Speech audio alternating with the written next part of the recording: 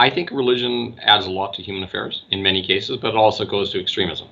And I was in, I don't know if you know this, I was in Mosul as a medic in 2017 with a medic group.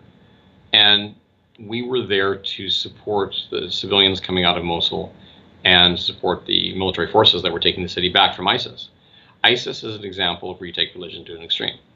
Okay, where if you weren't 100% what they believe, you were an apostate and you had to be killed, or you had to be a slave, or something else. What you see in this article, and you can see the author is struggling really hard to make it come out a certain way, but everything she is saying in this article points to the fact that the scientists who are, I'm assuming, honestly trying to do their jobs and finding whatever there is to find, whether it's good, whether it's bad, whether it's ambiguous, they are getting penalized for being honest scientists. Okay. Even by their own, because they have crossed, in some people's eyes, they've crossed a path that is now they're going against the creed of the religion, and which is, and Paul Offit typifies it perfectly. Everything has to be 100% pro. It cannot be 99% pro. That's not good enough. And papers should never be published if they're critical. Papers should never be published because they might scare the people. They might scare the ignorant, unwashed masses who won't, get their vaccines. And Offit, as we know, he typifies what I think you'd call medical fascism. It's a very totalitarian mindset that basically says science is settled, which is nonsense. Science is never settled, except in very few exceptions. That the idea is that everyone has to kowtow to these people who declare themselves the prophets or the priests of this science, which is also nonsense. I mean, that's not where scientific breakthroughs come from. That's not where scientific discoveries come from. That's not how science advances and evolves. That's completely not. Think of all the things that have changed.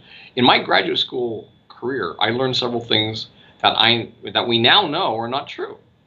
I learned, for example, as a graduate student, that neurons are never born after, you can't get new neurons in your brain after you're a teenager. That's not true. It's completely not true.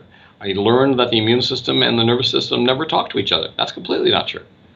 I'm guaranteeing you that many of the things we believe in neuroscience today are going to turn out not to be true in 20 years' time, or 10 years' time, or 5 years' time. And so the idea that science is settled, or that we know everything there is to know, we barely know how adjuvants work. So how can we possibly know what they're doing to various organ systems, let alone the brain? So the idea that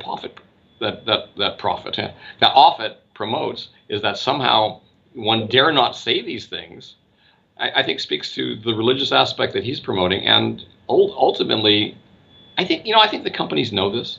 I think they do, but they're dealing with a very different motive, and that's profit. So profit, right? They're looking at their bottom line, and the bottom line is threatened by this sort of stuff, and to the extent that it's threatened even by their own supporters, or the people who normally they would love. There's a book that came out in 2002 by Sheldon Rampton and John Stauber, and if you've never seen it, you should get it. It's called Trust Us, We're Experts. And this is written a long time ago, but it's an amazing book because it talks about, it doesn't even talk about vaccines, but you can put the word vaccine in any of the cases. They talk about lead in gasoline. They talk about PCBs. They talk about biosolids. They talk about so many different things. And in every case, it's the same story. So substitute the area that a company wants to protect. They're looking at the corporate bottom line. You are peeing in their cornflakes by questioning the safety of those products, and they will get you. And they will get you because they have a system that is now fairly refined and ready to use. They pull it off the shelves when they need it. It basically says, first, demonize the people who are making these statements. Wakefield them.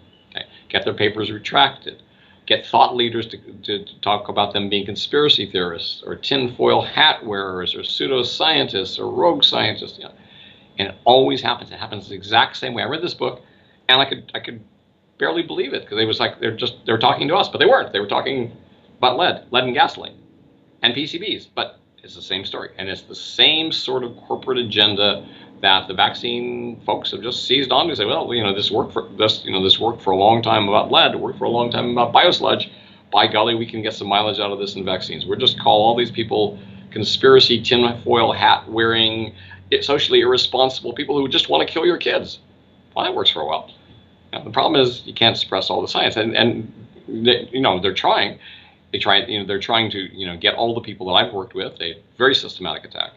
And that's not enough, though. They just have to police their own too. They have to go after the people who just deviate from the Holy Scripture by this much.